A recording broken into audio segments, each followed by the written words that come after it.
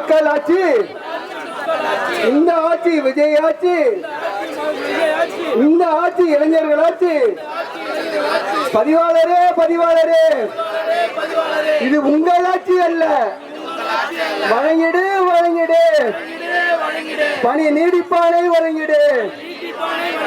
தமிழக அரசே தமிழக அரசே, கவனம் கொள் கவனம் கொள், எங்களையும் கவனம் கொள். தமிழக அரசே தமிழக அரசே, உயர்கல்வித்துறை உயர்கல்வித்துறை அழைத்து பேசுகிறேன் அழைத்து பேசுகிறேன்.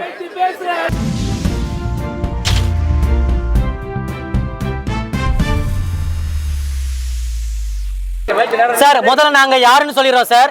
நாங்க மொத்தம் 16 பல்கலைக்கழக, அண்ணா பல்கலைக்கழகத்தில் இருக்கிற 16 உறுப்பு கல்லூரிகள்ல நாங்க எல்லாருமே கடந்த 10ல இருந்து குறைஞ்சது 10ல இருந்து 18 வருடங்களாக வேலை பார்த்துட்டு இருக்கோம் சார். நாங்க இது வரைக்கும் வேலை பார்த்ததுல எங்களுடைய சம்பளம் பாத்தீங்கன்னா 25,000 தான். இது வரைக்குமே கடைசியில 25ல இருந்து 30,000 வரைக்கும் வாங்கியிருக்கோம் சார். இப்போ என்ன ஆச்சு அப்படின்னு பாத்தீங்கன்னா, டிசம்பர் மாதம் 31ஓட எங்களுடைய பணியை நீட்டிப்பு ஆணையை வழங்காம கடந்த 5ல இருந்து 5 மாதங்களா நாங்க போராட்டத்தில் ஈடுபட்டு இருக்கோம் சார். நாங்க கேட்கிற ஒரே கோரிக்கை என்னன்னு பாத்தீங்கன்னா, எங்களுக்கு பணி நீட்டிப்பு ஆணை வழங்கணும் சார். அதை மட்டும்தான் நாங்க முதல்வருடைய கவனத்திற்கு கொண்டு போறதுக்காக, எங்கள் அண்ணன் முதல்வருக்காக ஒரு கவன ஈர்ப்பு போராட்டம் தான் சார் இதை நாங்க பண்ணிட்டு இருக்கோம் சார். இப்போ இந்த போராட்டம் ஏன் அப்படின்னு பாத்தீங்கன்னா, எங்களுடைய குடும்பங்களுக்கும் எங்களுடைய குழந்தைகளுடைய பள்ளி கட்டணத்தை செலுத்த முடியாத நிலைமையில நாங்க இருக்கிறோம் சார். ஸோ இது முதல்வருடைய கவனத்திற்கு எங்களுக்கு வேலையை பணி நீட்டிப்பு ஆணையை கொடுங்கன்றதுக்கான ஒரு கவன ஈர்ப்பு ஆர்ப்பாட்டம் தான் சார் பண்ணிட்டு இருக்கிறோம்.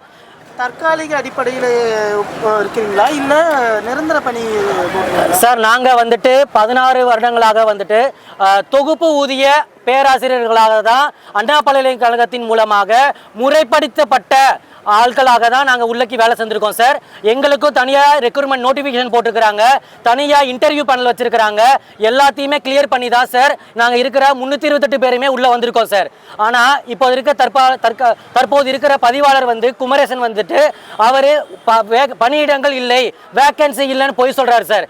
அப்படி வேக்கன்சி இல்லைன்னு சொன்னவர் எதுக்கு எங்களை அனுப்பிட்டு 81 பேரை கெஸ்ட் லெக்சர்ன்ற ஒரு புதிய டெசிக்னேஷனை, டெம்பரரி டெசிக்னேஷனை ஏன் கிரியேட் பண்ணி உள்ளே போட்டிருக்காரு சார்? எங்களுடைய ஒரே கேள்வி அது மட்டும் தான் சார். எங்க வேகன்சி இல்லைன்னு சொன்னதுக்கு அப்புறம் ஏன் 81 பணியிடங்கள் புதுசா வந்திருக்கு?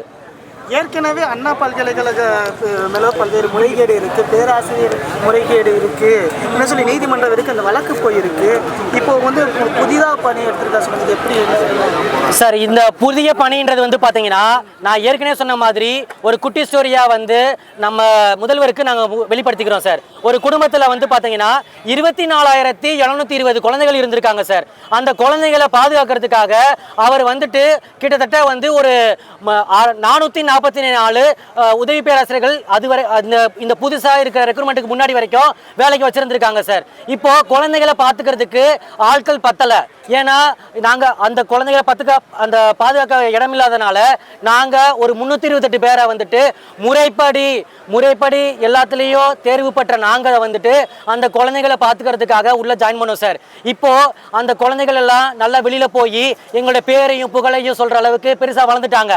அப்புறம் இந்த 10-15 வருடங்களா இருந்த எங்களுடைய பணியையும் எங்களுடைய வேர்வையும் ரத்தத்தையும் அவர் என்ன பண்ணிட்டாருன்னா, ஒரே நாள்ல ஒரே ஆள் முடிவெடுத்து வெளியில் அனுப்பிட்டாரு. ஸோ இந்த முடிவு பாத்தீங்கன்னா ரொம்ப ரொம்ப தன்னிச்சையா எடுக்கப்பட்ட முடிவு.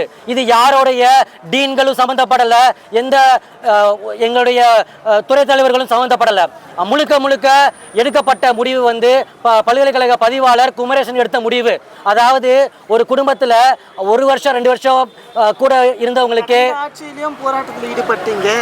அப்போது உங்களுக்கு என்ன சமாதானம் பேசப்பட்டது, பேச்சுவார்த்தை நடத்தி அதாவது என்ன சொல்லப்பட்டது? இப்ப தேர்தல் முடிஞ்சிருக்கு, மீண்டும் ஒரு புதிய அரசு அமைஞ்சிருக்கு. இப்ப இவங்க இது வரைக்கும் ஏதாச்சும் நீங்க மனு கொடுத்திருக்க அந்த புதிய அரசு உயர்கல்வித்துறை அமைச்சர் கடந்த மாதம், அதாவது மார்ச் மாதம் புதிய அரசு பொறுப்பேற்றவுடன் மரியாதை நிமித்தமாக அமைச்சர் பெருமக்கள் திரு ஆதவ அர்ஜுன் அவர்கள், திரு ராஜ்மோகன் அவர்கள், திரு செங்கோட்டையன் அவர்கள், திரு புஷி ஆனந்த் இவர்கள் அனைவரையும் நாங்கள் தனித்தனியாகவே நேரில் சந்தித்து தலைமைச் செயலகத்தில் கடந்த மாதம் சந்தித்து அவர்களிடம் எங்களுடைய குறைகளை எல்லாம் எடுத்து உரைத்தோம். அவர்களிடம் நாங்கள் இந்த ஒரு மனுக்கள் அடங்கிய இந்த புத்தகத்தை ஒரு தொகுப்பை இந்த புக்கில் நாங்கள் யாருன்னு இருக்கிறோம் சார். இந்த தொகுப்பை வந்து அவங்க கிட்ட நாங்கள் கொடுத்துருக்கோம். இதனைத் தொடர்ந்து கடந்த மாதம் 24ஆம் தேதி மதுரையில் உள்ள விருந்தினர் மாளிகையில் உயர்கல்வித்துறை அமைச்சர் அவர்களையும் சந்தித்துள்ளோம். ஸோ கடந்த ஒரு மாதமாக அனைவரையும் சந்தித்து இதனை அடுத்த கட்ட நகர்வுகளுக்கு கொண்டு செல்லும்படி நாங்கள் கேட்டுக்கொண்டுள்ளோம். மேலும் நாங்கள் இங்கே இருக்க அனைவரும் விசாரணை சிஎம் செல்லுக்கு வந்து எல்லாருமே நாங்கள் கொடுத்துருக்கோம். எல்லாருமே கிரிவன்சஸ் கொடுத்துருக்கோம். ஸோ கிரிவன்சஸ் கொடுத்து இன்னும் இதுக்கான ப்ராப்பர் ரெஸ்பான்ஸ் கிடைக்கல. நாங்கள் என்ன கேட்குறோம், என்கொயரி நடத்தணும் அப்படின்னு பண்ணணும். அப்படி நீங்கள் பண்ணியிருந்தீங்கன்னா அது வெளிப்படையாக ஊடகத்தில் சொல்லிடலாம்ல. நாங்கள் கொடுத்த கம்ப்ளைண்ட்டை நாங்கள் பதிவாளர் மீது இப்போ ஒரு கம்ப்ளைண்ட் சொல்கிறோம், அவங்கள கூப்பிட்டு என்கொயரி பண்ணணுன்ற தகவலை கூட வெளியில் வரல, இது வரைக்கும் வரல. ஸோ அமைச்சர் பெருமக்கள் எல்லாருமே உரிய நடவடிக்கைகள் எடுக்கிறேன்னு சொன்னாங்க. இதில் ஒரு ஆச்சரியமான விஷயம் என்ன அப்படின்னா, திரு ஆதவ அர்ஜுனா அவர்களை சந்தித்து காலையில் அவங்கக்கிட்ட நாங்கள் இந்த மனுவை கொடுத்துருந்தோம். எங்களுக்கு 2:30 மணிக்கு உயர்கல்வித்துறை செயலாளர் அப்பாயின்மெண்ட் கொடுத்துருந்தாங்க. 11 மணிக்கு தான் நாங்கள் அவர் டேபிளில் கொடுத்துருந்தோம். 2:30 மணிக்கு உயர்கல்வித்துறை செயலாளர் டேபிளில் இந்த கண்டென்ட் இருந்தது. அவ்வளோ துரிதமாக அந்த ஒரு துரிதமாக அவங்க கொண்டு போனாங்க. நாங்கள் ரொம்ப பெருமையாக தான் நினச்சிட்டு வந்தோம். இப்போ அதில் எங்களுக்கு எந்த மாற்றமும் கிடையாது. நாங்கள் உங்களுக்கு இப்போ வந்து என்ன ஆயிடுச்சுன்னா, அந்த துரிதம் இருந்தது, ஆனால் அது வெளிப்படைத்தன்மை இல்லை அப்படிங்கிறது எங்களுடைய கோரிக்கையாக இருக்குது. நாங்கள் அரசுக்கு எதிராக செயல்படணுன்ற நோக்கம் எங்களுக்கு கிடையாது. ஏன்னா இந்த அரசு உருவாகணும் அப்படிங்கிறதுல எல்லாரும் பாடுபட்டீங்க. மெயின் ஸ்ட்ரீம் மீடியாவும் சரி, சோசியல் மீடியாவும் சரி பாடுபட்டீங்க. உங்களுடைய பங்களிப்புகள் முக்கியம். அதுபோல் மறைமுகமாக எங்களுடைய பங்களிப்புகளும் இருந்திருக்கு, இல்லாமல்லாம் இல்லை. ஆட்சி மாற்றத்தை உருவாக்குனது ஒரு ஓட்டோட முக்கியத்துவம் எந்த அளவுக்கு அப்படிங்கிறது இப்போ ஆட்சியை இழந்தவங்களுக்கு ரொம்ப புரியும். ஏன்னா ஒரு ஓட்டோட முக்கியத்துவத்தை நாங்கள் அவங்களுக்கு புரிய வச்சுருக்கோம். காரணம் என்ன அப்படின்னா, போய் நாங்கள் சந்திக்கும் போது உயர்கல்வித்துறை அமைச்சர் அவர்கள் எங்களிடம் சொன்ன வார்த்தைகள் என்னன்னா, இனிப்பான செய்திகளை உங்களுக்கு தருகிறோம் என்று சொன்னார்கள். இனிப்பான செய்திகளோட இனிப்பு ஊட்டி விட்ட செய்திகளும் உண்டு. எங்களிடம் இந்த புகைப்படமும் உண்டு. அவர் எங்களுக்கு வந்து இனிப்பே ஊட்டி விட்டார். உங்களுக்கு நாங்கள் வேலையை கொடுத்துட்டோம், உங்களுக்கு இனிப்பான செய்தியை கொடுத்துருக்கோம், நீங்கள் போங்க அப்படின்னு சொல்லிட்டு அவர் எங்களுக்கு இனிப்பே ஊட்டி விட்டுருக்காரு. கோவை செல்லியன் அவர்கள் முன்னாள் உயர்கல்வித்துறை அமைச்சர். நாங்கள் அவ்வளோ விஷயங்கள் பண்ணியும் எங்களுக்கான முறையான எதுவுமே நடக்கலை. மீண்டும் வந்து நாங்கள் இப்போ எங்களுடைய கோரிக்கையை வலியுறுத்தி வந்திருக்கிறோம்.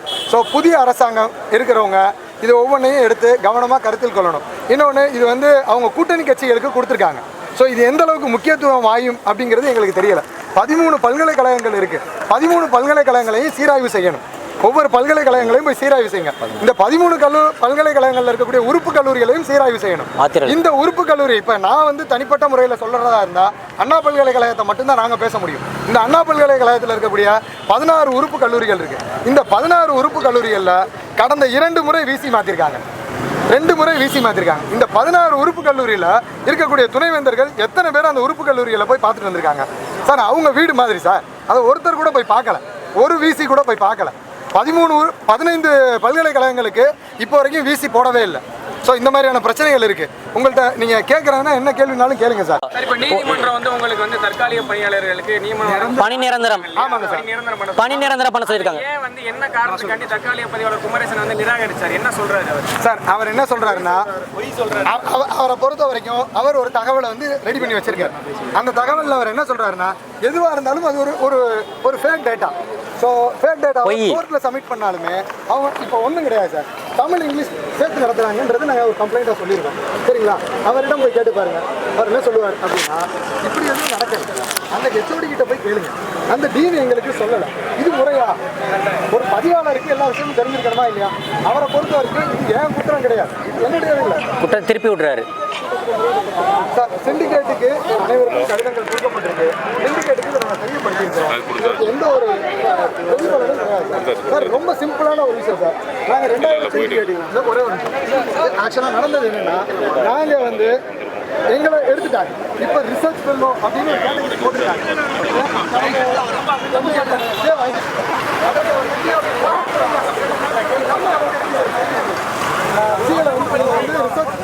நிறுத்திட்டாங்க அப்படின்னு ரிசர்ச் பண்ண நிறுத்தலை சார். அவங்களுக்கு கொடுக்கப்பட்ட ஊதியம் 50,000 ரூபாய். எங்களுக்கு கொடுக்கப்பட்ட ஊதியம் வெறும் 25,000 ஊதியம். 25,000 ஏறக்குறைய 12 ஆண்டுகள் வேலை பார்த்துருக்கோம். 12 ஆண்டுகளாக வெறும் 25,000 ரூபாய் சம்பளத்தில் வேலை பார்த்துருக்கோம். நாங்கள் சேவை மனப்பான்மையில் தானே வேலை பார்த்துருக்குறோம். கல்லூரிகள் 16 கல்லூரிகள் உருவாகாத இடத்துல உருவாக்கியிருக்கோம் சார். அங்கே இருக்கக்கூடிய எல்லா லேப் ஃபெசிலிட்டிஸையும் டெவலப் பண்ணியிருக்கிறோம். ஸோ எல்லா கல்லூரிக்கு தேவையான விஷயங்களை நாங்கள் பண்ணி கொடுத்துருக்குறோம். அவர் குமரேசன் அவர்களை பொறுத்த வரைக்கும் ஒரே ஒரு விஷயத்தை அவர் சொல்லிடுறார், எனக்கு இதுக்கு எந்த சம்மந்தமும் இல்லை, என்னிடம் அதிகாரம் இல்லை. அப்போ யாரிடம் இருக்குது அதிகாரம்? நாங்கள் அதான் கேட்குறோம், யார் சொன்னால் நீங்கள் கேட்பீங்க? மிரட்டுறாங்களா சார்? மிரட்டுறாங்க சார். ஆமாம் சார், போன செமஸ்டர் நடந்தது என்னன்னா, டிசம்பர் மாதம் 31ஆம் தேதியோட எங்களை வேலையை விட்டு நீக்கிட்டாங்க. இப்போ நாங்கள் எவ்வளோ பேர் வேலை பார்க்குறோம்னா 350 டீச்சிங் ஃபெல்லோ கிட்ட ஒரு 150க்கு மேலே அவர்லி பேசிஸ், ஒரு மணி நேரத்துக்கு அவங்க சம்பளம்னு சொல்லிட்டு 150 ஸ்டாஃப், கிட்டத்தட்ட 500 பேர் வேலை பார்த்த இடத்துல வெறும் 187 ஃபேக்கல்ட்டியை புதுசாக அப்பாயின்மெண்ட் பண்ணனால எங்களை வேலையை விட்டு நீக்கிட்டு தான் சொல்கிறாரு. 500 பேர் வேலை பார்த்த இடத்துல 180 பேர்னா எப்படி ஆள் பார்த்து நீங்கள் கேட்கலாம். அது யாருமே கேட்கவே இல்லை. ஆனால் என்ன நடந்துச்சு அப்படின்னா, ஒவ்வொரு டீனையும் இண்டிவிஜுவலாக ஃபோன் போட்டு திட்டினார் சார், வீடியோ கான்ஃபரன்ஸில் திட்டினார். இருக்கிற ஃபேக்கல்ட்டிக்கு நீங்கள் வந்து இது போட்டு கொடுங்க, ஒர்க் லோடு போட்டு கொடுங்க. 8 பேர் தான் இருக்காங்கன்னா 8 பேருக்கு ஒர்க் லோடு கொடுங்க. ஒரு டிபார்ட்மெண்ட் 5 பேர் இருக்காங்கன்னா 5 பேருக்கு ஒர்க் லோடு கொடுங்க. எக்ஸாம்பிள் மதுரையில் ஒரு டிபார்ட்மெண்ட்டுக்கு 8 ஸ்டாஃப் இருக்காங்கன்னா 8 ஸ்டாஃபுக்கு நீங்கள் வந்து ஒர்க் லோடு போட்டு கொடுங்க. இதே இது தூத்துக்குடியில் 5 ஸ்டாஃப் தான் இருக்காங்கன்னா 5 ஸ்டாஃபுக்கு மட்டும் ஒர்க் லோடு கொடுங்க, எக்ஸ்ட்ரா ஆள் தேவையில்லைன்னு சொல்லி கொடுங்கன்ட்டு. அதே மீறி ஒரு சில டிபார்ட்மெண்ட் ஹெச்ஓடிஸ் வந்து என்னால் கிளாஸ் நடத்த முடியாதுன்னு சொல்லியும் அவங்கள வந்து மெமோ கொடுத்துருன்னு மிரட்டி, அவங்ககிட்ட இருந்து வந்து மெமோ கொடுத்துருன்னு மிரட்டி தான் சார் அவங்ககிட்ட ஒர்க் லோடு வாங்கினாங்க. அதை கொண்டு போய் கோர்ட்டில் சப்மிட் பண்ணுறாங்க. ஒர்க் லோடு இல்லை, புதுசாக ஆளை நான் வந்து சேர்த்துட்டேன். என்னன்னா ஒரு 40 பேர் கேஸ் போட்டுருப்பாங்க சார். இப்போ வந்து அதுக்கு கண்டெம்ட் போகுது. 40 பேரை வேலையை விட்டு தூக்கக்கூடாதுன்னு சொல்லிட்டு கண்டெம்ட் கேஸ் போகுது. இப்போ வந்து கோர்ட்டில் என்ன சொல்கிறாங்கன்னா, நான் 180 பேரை வேலைக்கு போட்டேன், அதனால இந்த 40 பேருக்கு கொடுக்க முடியாது. ஆனால் அங்கே என்ன பண்ணாங்கன்னா, இந்த 350 பேரை மறைச்சிடுறாங்க. ஏன்னா அங்கே கேஸில் இருக்கிற 40 பேரை தான் ஜட்ஜி பார்ப்பாங்களே தவிர, இந்த 350 பேர் இருக்காங்க, அவர்லி பேசிஸில் 150 பேர் இருக்காங்க, அதை பற்றி அவங்க எதுவுமே விசாரணை பண்ண, அந்த கேஸை மட்டும் தான் அவங்க பார்த்தாங்க. அதில் அந்த கேஸ்லேயே என்ன சொன்னாங்கன்னா, 2020 இவங்களுக்கு ஈக்குவல் ஒர்க்குக்கு ஈக்குவல் பே கொடுக்கணும். அதை ஏன் கொடுக்கலன்னா அந்த கேஸ் இன்னும் போய்கிட்டு இருக்கு சார். 2020 நவம்பரில் ஒரு கேஸ் தீர்ப்பு வாங்கியிருக்காங்க. அந்த கேஸில் ஈக்குவல் ஒர்க்குக்கு ஈக்குவல் பே கொடுக்கணும், இவங்களை வந்து அடுத்த அப்பாயின்மெண்ட்டில் கன்சிடர் பண்ணணும்னு சொல்லி அந்த கேஸ் இப்போ போன மாதம் சுப்ரீம் கோர்ட்டில் முடிச்சு வைக்கப்பட்டிருக்கு. அதில் அவங்கள கண்டிப்பாக நிரந்தரப்படுத்த சொல்லி கொடுத்துருக்காங்க சார். நிரந்தர ஆர்டர் அவங்களுக்கு கொடுக்கணும். நீங்கள் வந்து அதில் ரிவ்யூ பெட்டிஷன் பண்ணாங்க, ரிவ்யூ பெட்டிஷனை தள்ளுபடி பண்ணிட்டாங்க. சீராய்வு மனு போனாங்க, சீராய்வு மனுவையும் தள்ளுபடி பண்ணிட்டாங்க. நீ வந்து நாட்களை தள்ளி போடுறதுக்காகவே இந்த மாதிரி பண்ணிக்கிட்டு இருக்க அப்படின்னு சொல்லிட்டு 27/7 டெட்லைன் கொடுத்துருக்காங்க சார். ஆனால் அதை இவர் நீதிமன்றத்தை மதிக்கிறதே கிடையாது சார்.